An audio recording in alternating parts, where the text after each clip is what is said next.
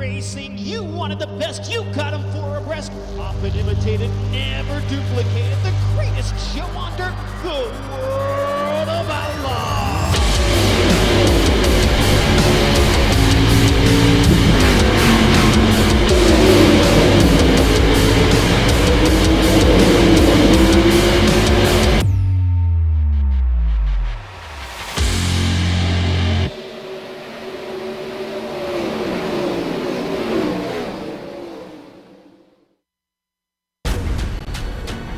This is the original esport racing game. This is iRacing.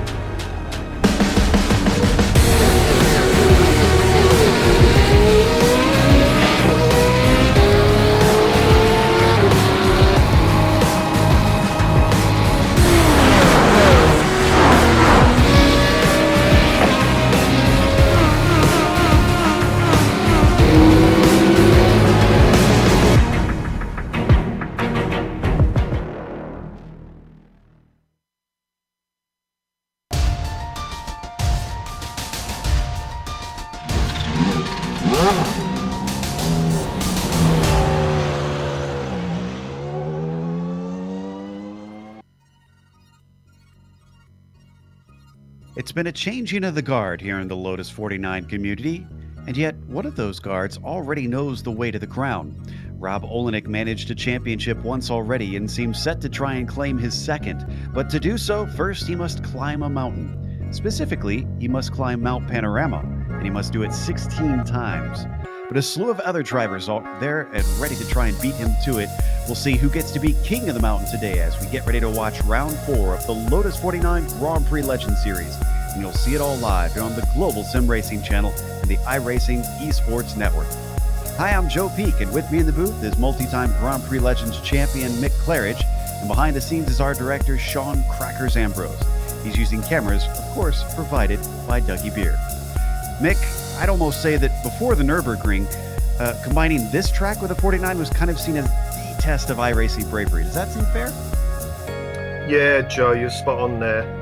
16 laps of a 4-mile circuit doesn't sound too bad, does it? 23 turns, that sounds normal.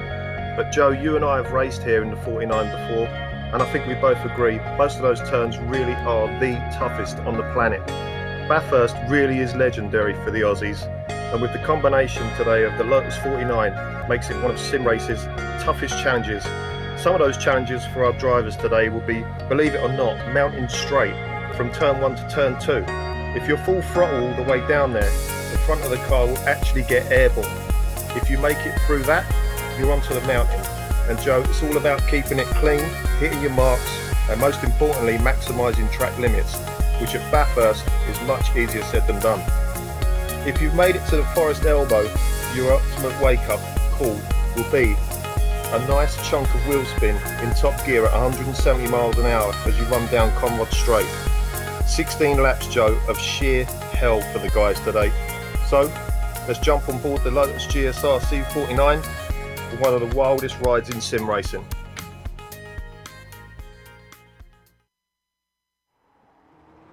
All right, we're in the GSRC Lotus 49, so let's do a lap around Bathurst. Coming down to Hell Corner, it's incredibly critical that you don't outbrake yourself into this bend.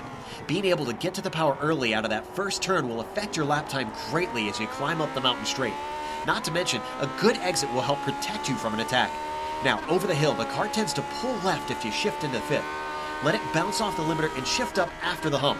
After that, you'll be braking uphill into Griffin's Bend, so get the car to the left and put out the anchors.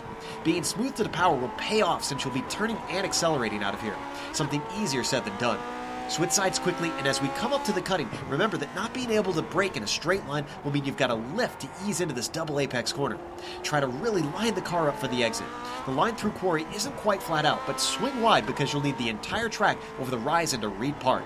From here, treat all those little kinks in the track as one long arc. You'll be feathering the throttle through Frog Hollow and eventually Salmon Park. Just as you come over the rise, tap the brakes and turn in early to get the car to grip through McPhillamy Park. Get on the power briefly, bring the car to the left, and then try your best to brake as the car gets light over Skyline.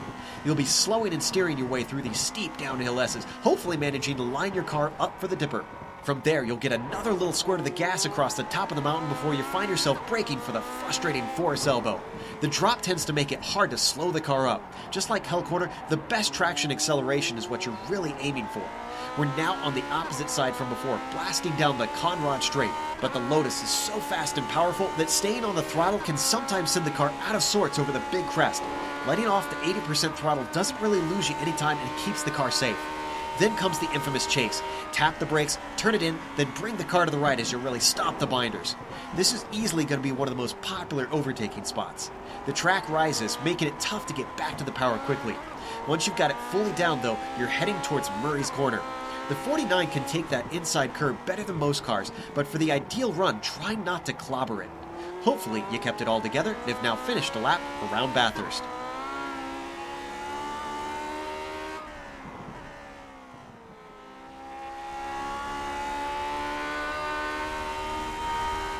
There you see from the driver's perspective just how hairy it can be to try and get around this place, as Mick was describing.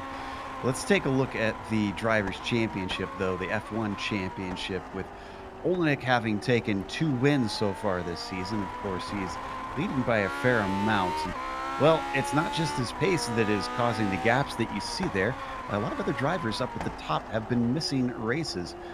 Marco Kika, one of the surprises, though, who has continued to improve season after season, and thus far has gotten himself up into the top 5 there with a jump up 5 positions even to climb into 4th thus far. Let's see if he can keep that momentum. Sightweger, one of those that missed out last week, of course. Of course, we also have the F2 Championship. We always talk, Mick, about how the F1 has been jumbled around, but we have new names down in that F2 that have been coming into play as well, it seems. That's right. We're looking at David Rossi, who's leading out at 75 points. 25 points behind is Pascal Tremblay, and that's a bit misleading because he's only done 2 races this season, whereas David's done all 3. Don Good's looking good as well. He's done all the races. He's back in 3rd there. Bill Tyler's here today as well. In fact, all the top 5 are here today, just looking at the list. It's looking tight. It's going to be a hell of a season, I think, for the F2 battle, Joe. Really competitive. Certainly has been. In fact, there's been some fights to be the first to finish in that F2, even on track, that we've seen thus far. Let's take a look at the Constructors' Championship as well. Of course, Olenek, with the U.S. points that he's been contributing, is leading the way. But the U.K. jumping up into 2nd place. Rossi's been one of those that has been putting points in. Then you see Price and Haycox in there as well. Sightweger for Austria has been bringing them into the 4. I think this is the first time we've seen Austria in the points in the Nations Cup. Now, Finland, from Kika's contributions, also finds its way into the top 5, and Pavlowski and Luke will drop 1 position, unfortunately, there with Germany. Now, let's take a look at the race details as well. Mick, we talked about the 16 laps, but what else is in store here today at this track? Yeah, well, this is, like I said, Joe, this is round 4 of 12, and you can see up there you got the 2 little raindrops. That means there's 2 drop weeks this series. That means the guys can drop their worst races out of the whole series. Race distance today is 16 laps. Like I said earlier, Joe, this is 16 laps of hell for the guys. Setups are open. If I was running today, I'd err on the caution and make the car as easy as I could to run it. I think that's the way the guys are going to run it today. And the points pay out to 25th, as you can see, guys. That means I think everyone's going to be in the points today. So good points up for today. Yep. So finishing will be critical for sure, which is another thing that's probably easier said than done. One thing that's very easy is, of course, subscribing. All you got to do that here on IESN is either go to their YouTube page or just below this video here on YouTube. If you look and see a big red button that says subscribe, if you haven't done it yet, click that. You won't miss a moment here on the iRacing Esports Network. You can see the poll has been changing hands up in the upper right-hand corner, but it has gone back to Rob Olenek, who continues his slate of speed. And he's got 2/10 over a driver you were talking to me a little bit about in practice, Mick, Peter Mikus. Yeah, Peter was there on Thursday. He was right there on pace. Really good driver. I think he had a little mess up in one of the laps on Thursday, but yeah, I mean, I saw his pace straight away. I'm not shocked at all that he's up there now at the top. In the top, it's only 2 tenths away from Rob. And talking about the F2 championship, I see Pascal Tremblay had a wreck on his lap, so he unfortunately is going to have to start from the back without a qualifying time. This is Coker that we're watching coming around the final corner. His second lap is an improvement by about 7 tenths, but he will stay in 8th place. It is looking like a wide spread on lap times around here. Oh, Peter Meekers just took pole position, 2 tenths ahead of Rob. Wow. I was right about this guy. Apparently. I mean, he was running top 5 in previous races this season on the broadcast, but this is something else. Now, Olenek has time to respond. He's coming down the Conrad Straight right now, and he's got a 2:01.8, so that is about a tenth and a half off of Miku's fastest time. Comes down into the chase. Let's see if he can manage to finish up a quick one here. It's looking tidy through there. Just one more corner to get right, Mick. I've been watching Rob for this lap. He's absolutely on the limit. He was really using the track limits on over the mountain there. Just one corner to go now. Gets a nice entry. Hard on the power now. Second gear, third gear. Let's see where it gets him. Oh, he still didn't get it. He's just a tenth away. Wow, that is going to be tight. What about Uwe Trangerade? He's been quick lately. He's also coming through the chase, and right now he is in 3rd on the qualifying sheets. He's about 3 tenths off of the pole, but as we've seen, the spread is wide, so there could be time on the board for him. Let's see what he's got as he comes out of Murray's. That 202 flat improves to a 201.8, and that unfortunately does not improve his position. Tight at the top, Joe, there. One thing I have to say, one thing I did want to say about Uwe, he's back for the rest of the season, so guys are going to be watching in their mirrors for this guy. Certainly. So let's go through our starting grid for today. Peter Mikus on the pole with Rob Olenek starting 2nd. Trangerade in 3rd. The outside of row 2 belongs to Kika. Ian Haycock's only got 1 lap in. He was another one that wrecked out, unfortunately, and he'll start 5th. Bill Tyler's P6 and David Rossi 7th. Outside of row 4 belongs to Colin Coker. Andre Bruno will start 9th. Top 10, Mick, is rounded out by Brian Molitor. Yeah, and that looks like everyone who's no one else has got a lap in, I think. Colin Bentley follows Andrew Eng, and then Matt Yeoman's Don Good, he's starting on the grid. Great to see him there. Julian Fogg Colin, he's there. Pascal running for Tremblay, that's a bad result for him. He's looking to chase that F2's title in 16th. And Back Row Bob is there in 17th. Back Row, I love that. I haven't heard him called that. Does he take kindly to that name? It was his name, Joe. He gave me that name. I love it. I love it. We'll have to remember that one then.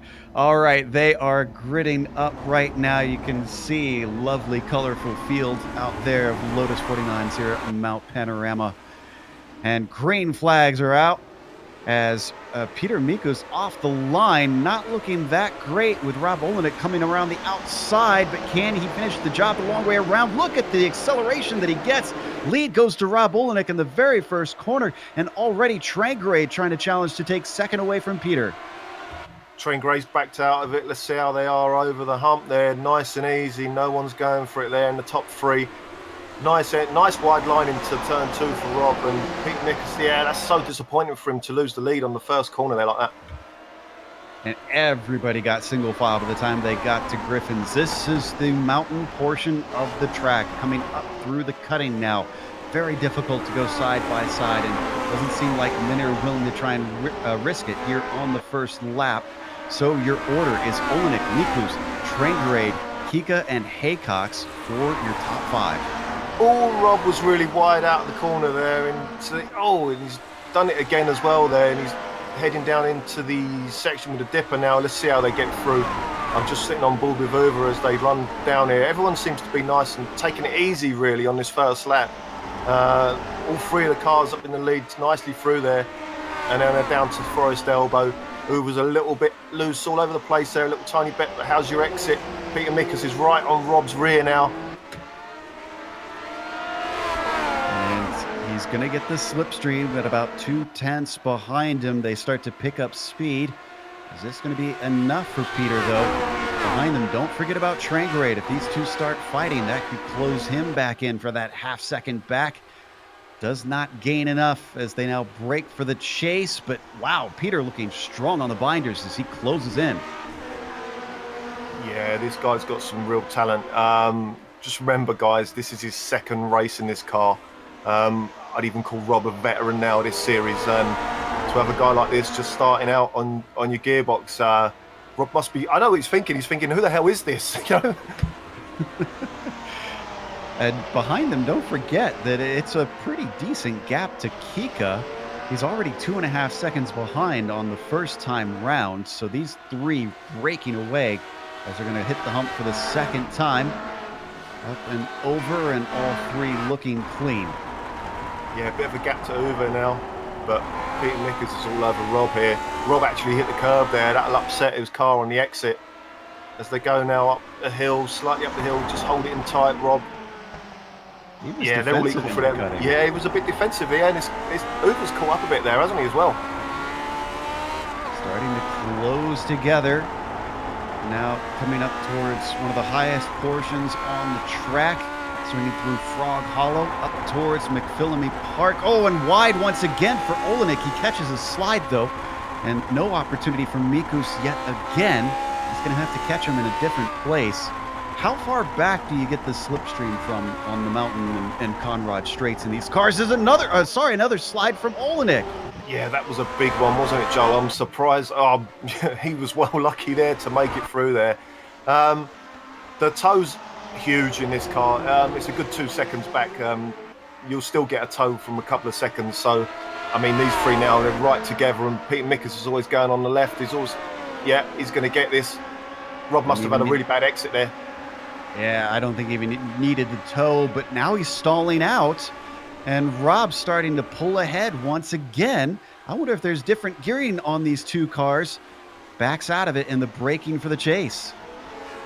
Yeah, it looked like he actually backed out of it on purpose there. Yeah, I don't know. Maybe he's still getting used to the car. Maybe he just wants to, calm himself down and keep calm. And, I don't know. He had it there. It was on a plate for him. And keep calm and try to keep the car on the track as they come across. That time it was Uwe who managed to get the quickest lap of the three of them, getting a double toe down the straight. Apologies to the rest of the field for having stuck with this, but the top three is separated by essentially half a second between them and have been since the drop of the green. The thing I'm expecting from Uwe today is to get faster as he goes along. He doesn't run this car that often now, and he probably would have just joined the practice session, and that would have been the first running he's done this week. So, and Peter Mickers really lost the rear end there. He gathered it up nicely there. Didn't really seem to lose much time to Rob there. But let's see how Rob goes through this corner. So the last two laps, he's lost the back end there and ran really wide. Looks like he's a bit tidier this time, though. This has certainly been his Achilles heel. And that looks a little bit better. This time it's Peter Mikus who loses a little ground now through McPhillamy Park. And that is the corner that Olenek goes a little bit wide through. Plunging over Skyline down into the S's and eventually getting it woed up for the Dipper. Definitely looking more under control for that tiger-colored car. So Peter Mikus is going to have to try and get a little bit closer as they hit Forest Elbow. Yeah, the nerves are calming down, I think, now. They've done 2 or 3 laps, and it's nice and calm in the cockpit, as calm as it can be. But you're on the limit here. I mean, these 3 guys are on the limit of this car now coming down here. Who's going to want to get a slide? No sliding going on over the hump there, but Peter Mickers he's keeping on it. He's got the pace today. Behind them, we got a side-by-side action with Ian Haycox and Marco Kika. Kika's got the inside. Haycox, who's trying to take this 4th place away, was not successful this time, but he's giving that number 3 something to think about. Yeah, Ian's done a lot of practice this week in the car. I expect him to be pretty quick today. Bit of a gap now to Marco. Yeah. He certainly fell off coming off of Murray's, but he's going to get more opportunities out of hell and up the mountain straight.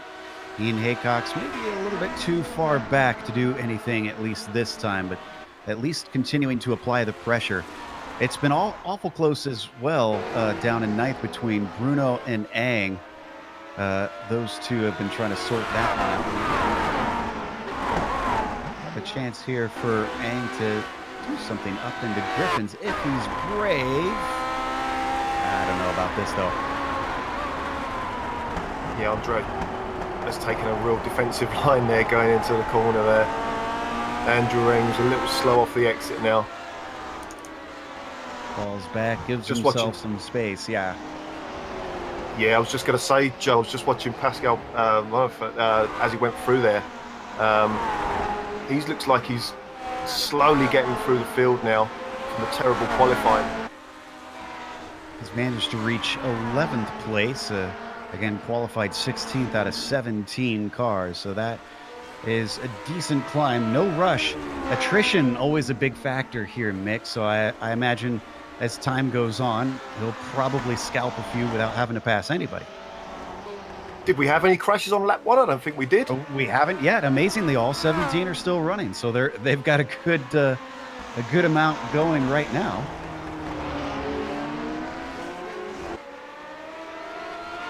Still haven't separated with that podium.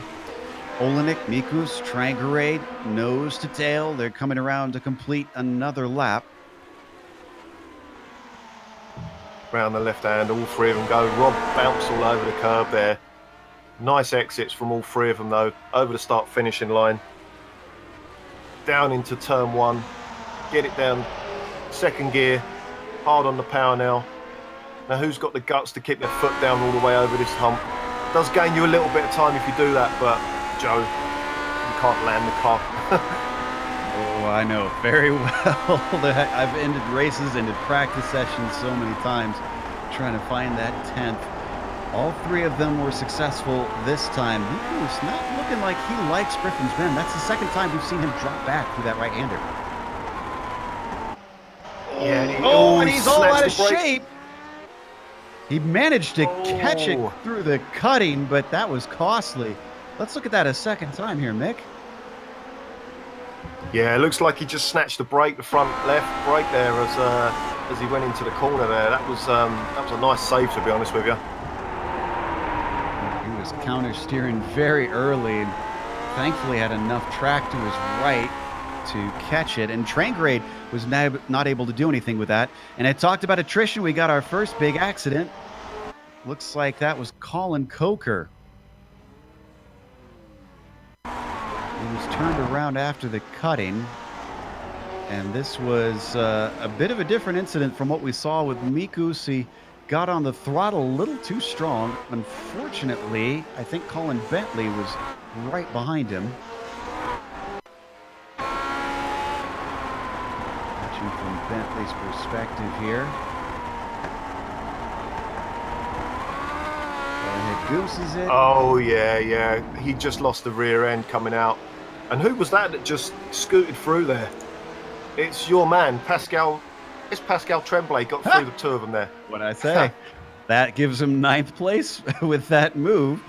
So not a bad job from Tremblay to manage to avoid disaster there. It's something we haven't talked about in the race yet, is that the track can get blocked so easily. Even we saw in just a single car incident there.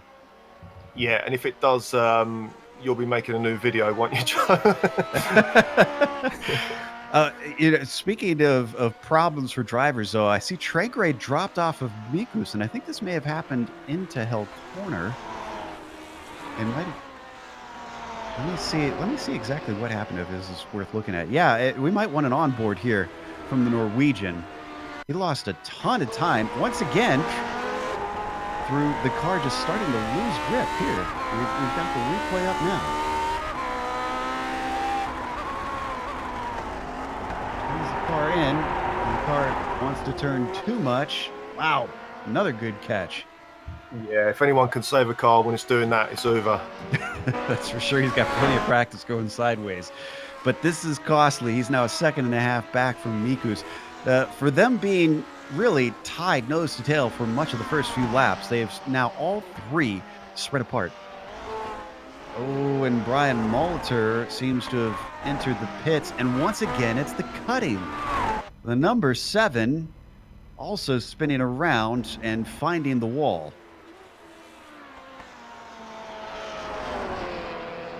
Let's take a look at the replay here.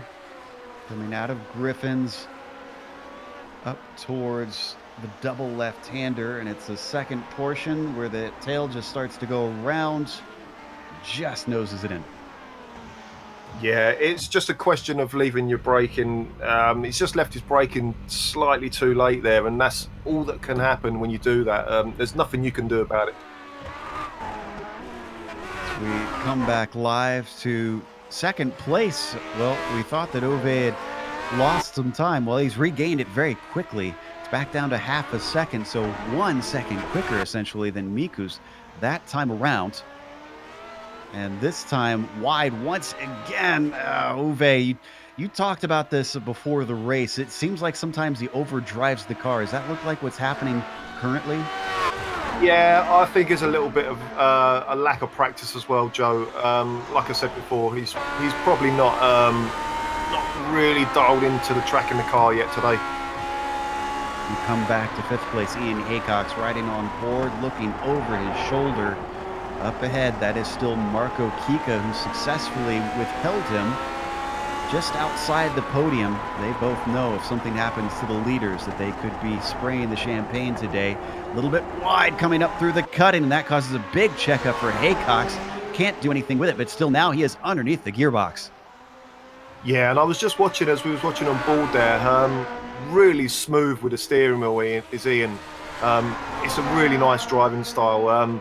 And it paid dividends at this place. If you can stop the car sliding around and losing the rear end here, there, and everywhere, you know, your tyres, temperatures, they stay nice and cool, and you're able to actually sort of push a bit harder.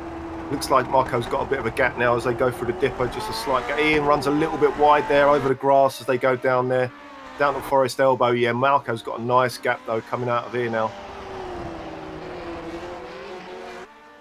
Looking a little bit farther back, David Rossi, our leader in the F2 Championship, trying to see if he can do anything with the number 11. They come out of Forest Elbow, but Tyler looking very good on the throttle as he starts to stretch away from the number 6. Yeah, again, really nice driving style from David Rossi today.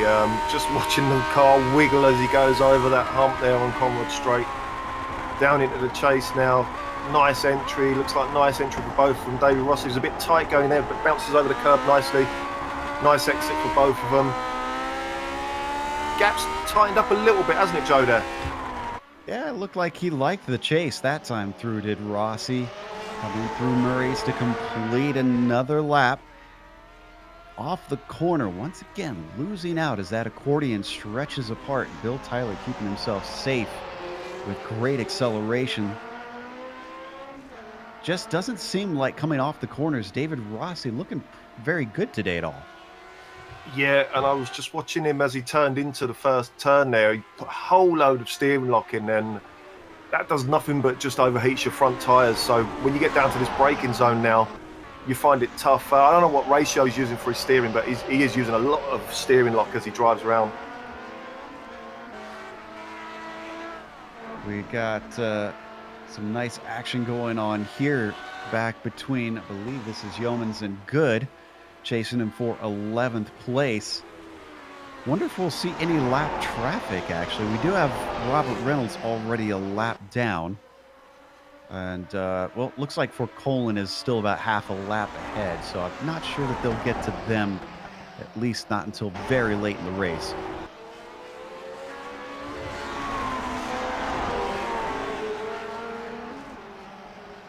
First, Coker.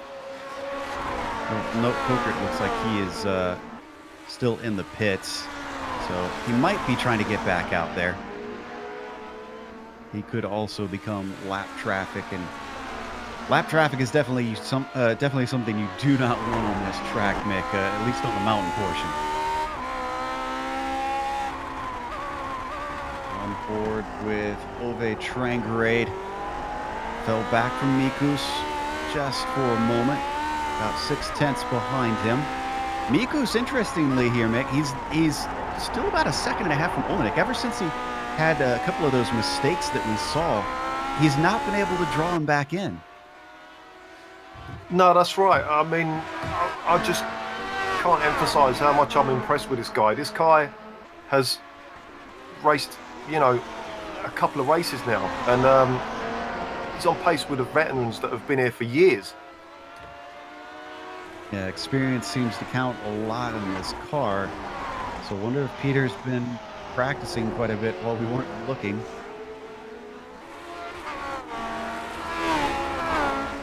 Now down to 8 laps to go. We're halfway through this thing. We've lost 3 drivers. It's Coker, Molitor, Bentley. All are in the pits getting repairs, so they could come back. So we take a glance at Bill Tyler still fending off David Rossi coming up over the mountain portion. Tyler nice and tidy, tucked down to the apex through the cutting. Now they come through Quarry up to Frog Hollow. Yeah, Tyler's really using the track limits really nicely today. They're just passing the back marker. Is that Bob? Oh, David Rossi. Oh, he spun it. No. He's out of the wall. He didn't hit anything. And he gets it going without losing a position. It just threw him off, seeing the car there slower. It's so annoying. I've done that myself a few times. Horrible, that is. Yeah, Robbie didn't do anything wrong at all. It seems just unfortunate for the number 6 with his concentration interrupted. He's now got 7.5 seconds to make up to get to Tyler. That's going to be pretty hard to ask as we watch the onboard. Oh my goodness, he is incredibly lucky he managed to keep it out of the wall. Yeah, really lucky. I just have to say a shout out to Robert. I know we joke, but he is one of the best awareness guys on the track. He might not have the pace, but he really knows how to tell guys what to do, what he wants them to do as they pass, or where he's going to be. And it's really good to see. He's a full awareness, that guy. Might be back row Bob, but he's one of the best on there. I saw up at the upper right of your screen that Trangrade just set the fastest lap of the race. And just as we were talking about Mikus not being able to catch Olenek, he's cut that down to 0.3 of a second, and the race is back on. They come now through Quarry once again. This is becoming a familiar sight with these 3. Olenek already has 2 wins on the cards out of 3 races. Can he make it a hat trick today? Or is Uwe hit the wall. Try and deny him? Sorry, Joe. Uwe just bounced off the wall there, just as they was going. I was just about to say how much Uwe uses the track limits to his advantage, and just went a little bit too far there. Yeah, we saw it on the replay right there. Yeah, no damage though. His steering wheel's nice and straight. Managed to get away with that glance. Now out of Forest Elbow, another spot where you got to get right up against the edge of the circuit. Down the hill they plunge, and Miku's not looking quite close enough for this one. Oh, did we lose Ian Haycox? Some reason Ian Haycox in the pits. This happened quite a bit ago. I don't think we'll be able to get the replay, but I'm trying to find out what exactly happened to him. And it was a lone car incident into the dipper through the S's. Let's see, we might be able to pull it up here. Oh, and you know what? He was sent on his lid. That's why he had to take a tow.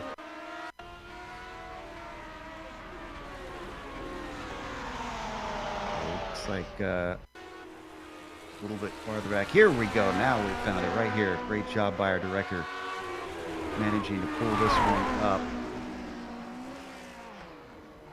Around she goes. Oh, and he hit the tires with his tire, and that's what sent it up and over. Yeah, and that's what we've been saying all along, Joe. That's how easy it is around here. It's so hard. He's trying to limp back now. Look at the car. It's all over the place. Park it, Ian. Yeah. He thought he could take minimal repairs and get it back out, and it is not working. Meanwhile, back to Tremblay, Andrew Ang is now behind Tim. And this is for 7th position as they come through Hell Corner and onto the mountain straight. Tremblay must have recently gotten by as he's now up to 7th. Ang trying not to let him get away with it, but Andrew himself also coming forward quite well. Qualified 12th and is now in P8. Yeah, Tremblay, what a drive. Just as you said, Joe, he's really taken advantage of everyone else's problems today. And here's what's wild is Rossi is the one he's chasing in the F2 championship. Well, guess who's the next car up for him? It's David Rossi, but I was just looking at, it's a bit of a gap there, but it still could happen. You never know what's going to happen, with David Rossi. He needs to keep it clean, and one spin and that 10-second gap's gone. Well, we've already seen one spin, so it's certainly not out of the cards. He could have another mistake, and Pascal could try to capitalize. As we watch Rossi himself plunge down through the dipper and towards Forest Elbow here. I always thought this was one of the hardest corners to break for, is Forest Elbow. Forest Elbow's really tough, Joe. It's third gear out of the dipper. As you go down the hill, it's third gear. Come down that hill, and you just have to feather the brake pedal and get down into second gear, and you have to get it in tight. And, this car slides around everywhere. So on the exit, it's sliding, and you have to just time that slide to the exit wall of Forest Elbow just to get a good run. And it's so easy to mess up there. I've done it a few times myself. I could say that a lot today. I've done it more than a few times myself. Peter Mikus, who was close to Olenek, drops back to about 0.9 of a second. Trangarade still on top of him. It almost looks like this fight for the lead is a battle of who can make the least mistakes up here. Yeah, as you just say that, it looks like Mikus just ran wide through the corner there, all over the white line there on the track limits for all three of them. Rob's got a nice little cushion now.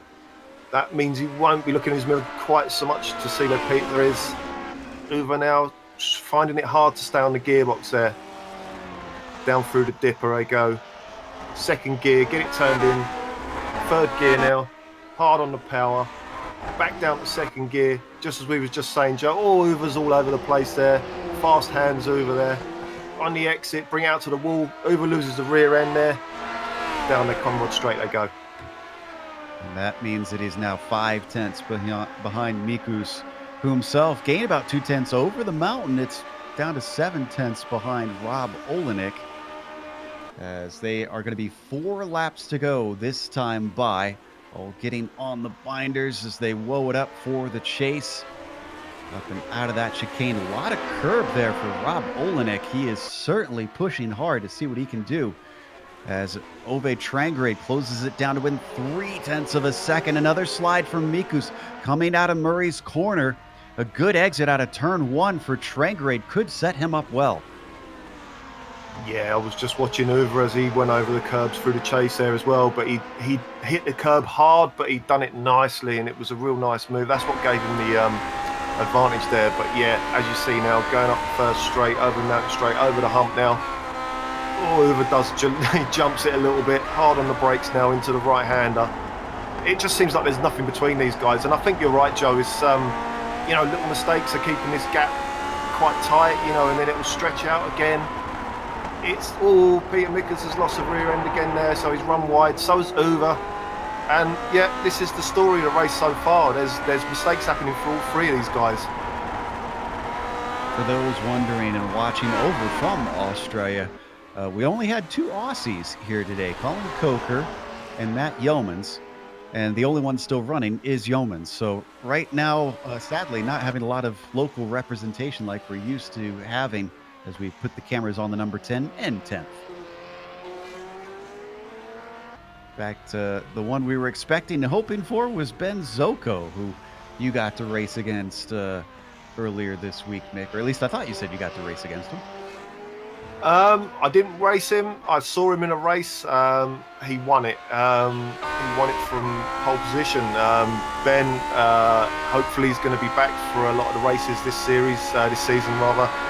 It's going to be great to see him race because he's really sorted himself out this season with pace-wise. So yeah, looking forward to see more of Ben.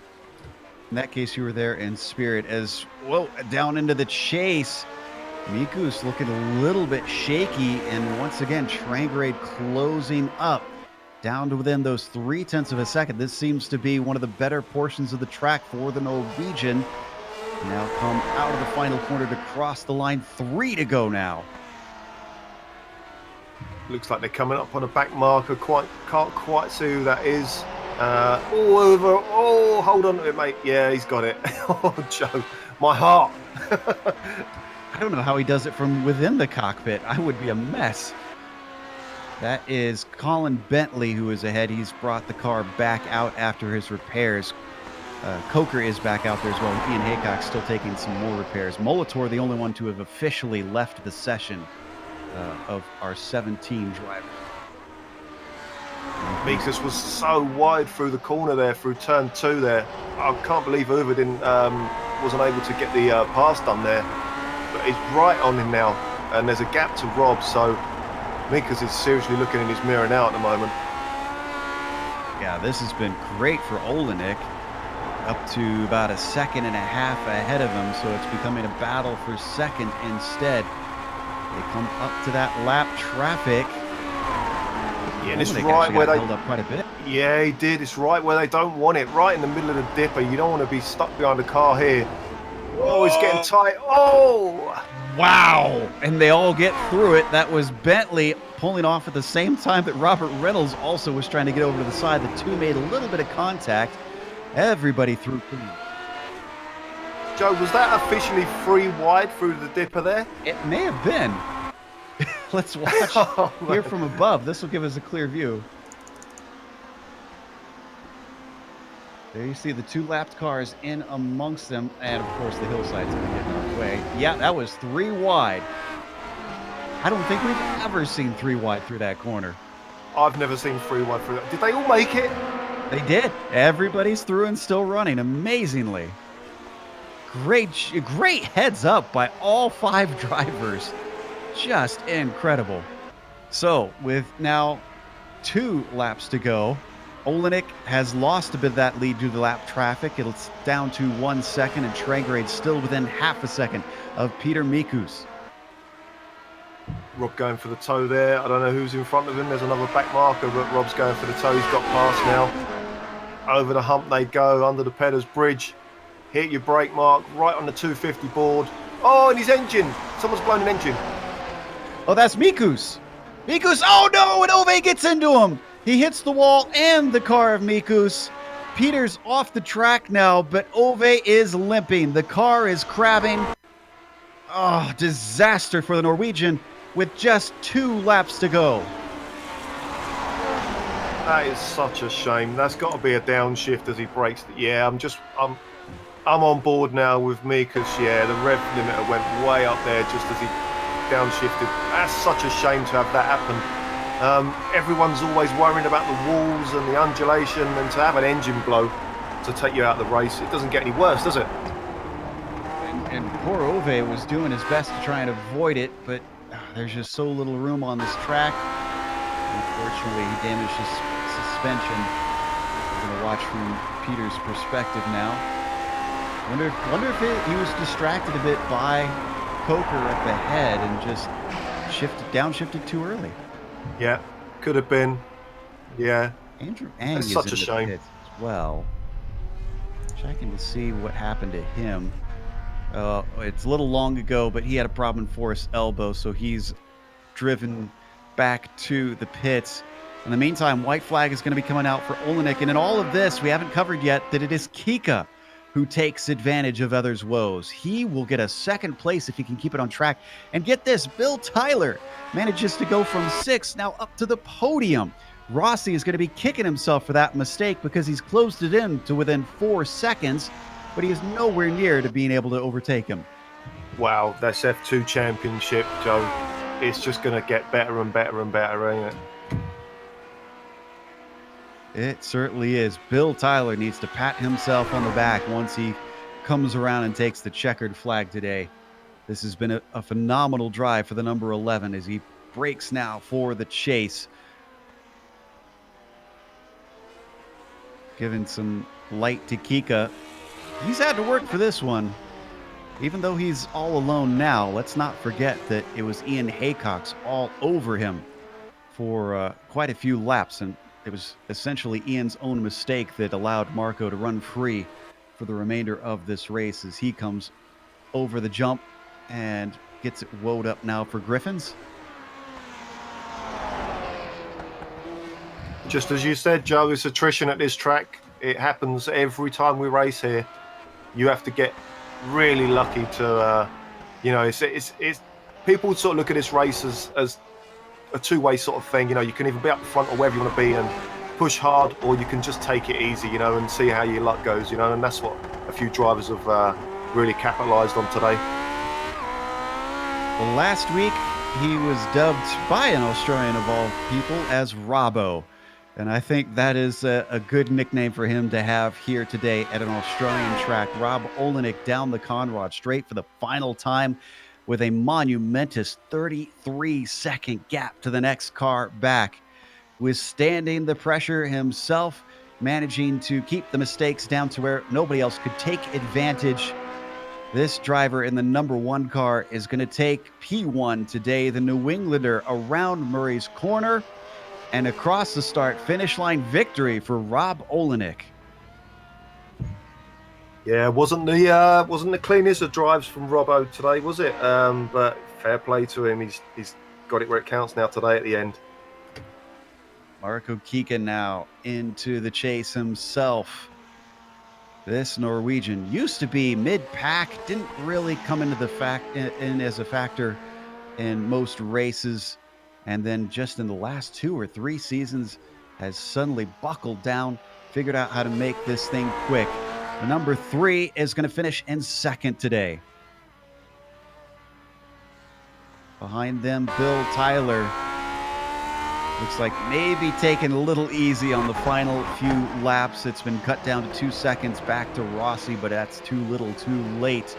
And Bill Tyler, a well-earned podium for him. I think he'll be more than happy with that, aren't you, Joe? David Rossi in 4th there. Absolutely. Yeah. Great drive. Stayed out of trouble all day. This was certainly a track I got a few podiums by that same method because I never had the pace either to be up towards the front. There you see Tremblay, a top 5 from second to last on the grid. Just incredible. Bruno going to finish as well with a 6 as the last of the cars string into the finish line. Yeoman's good for Colin, and for Colin's the last one on the lead lap, so I believe Ang a lap down could across the line before him. That's going to take us to a quick break here on the Global Sim Racing channel. So we'll come back with the official results as well as driver interviews here in just a moment. Before that, on screen, you're going to see all the upcoming races here on the GSRC.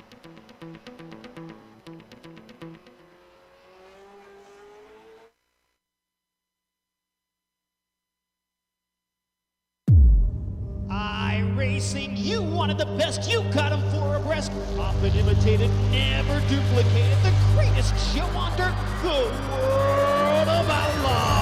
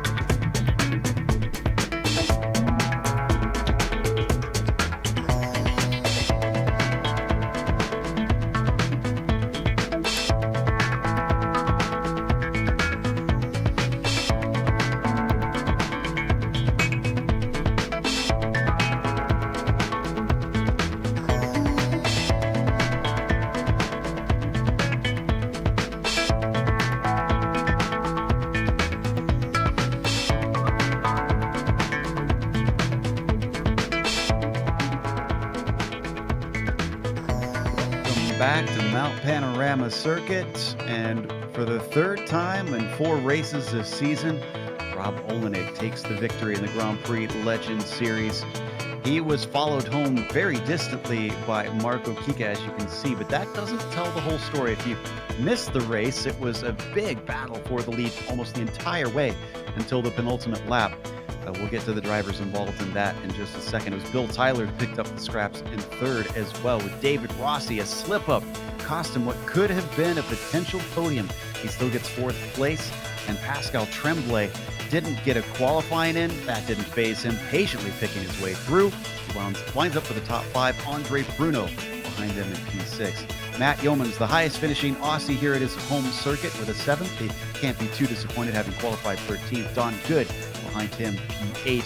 Giulio Fercolin winds up in 9th. And it was Ove Trangrade who was 3rd for much of the race, part of the fight. He rounds out the top 10, Nick. Yeah, such a shame for over there, over in 10th place then, fighting Peter Mikus all the way there, who sadly, really annoyingly had that engine blow, and he even put on the chat that it was down to the early downshift. Andrew Eng down in 12th position. Back row Bob, he's in 13th. That's a good finish for him. Not very good for Ian Haycox today, down in 14th. Colin Bentley in 15th. Colin Coker in 16th. And Brian Molitor rounds out the field in 17th place. And we've got our winner ready to talk to us. He was dubbed Robbo by an Aussie, and coming to an Aussie track, Robbo, you have now won. I think you've earned your Australian stripes a little bit. Yeah, I think this is definitely one of my favorite tracks too. Today was a tough race. I mean, all I felt like was the guys behind me are faster, and I'm driving like crap. Like I just couldn't change that. It was like I was like scared coming into the dipper. Like every lap, I'm like, just don't screw it up, and I'd brake earlier and then miss. It was just, I got lucky. The one thing, I had a good start. Peter had a bad start, and after him coming down the first straight, I was like, well, it's really hard to pass here, so I just gotta not screw up. Yeah, it looked like it was tough to do that because it was pretty hot on the track from what we saw. And not just you, but both Peter and Uwe seemed to be sliding around, making a lot of errors themselves. Was it simply a case of who made the fewest mistakes today? Fewest and don't make the bigger one.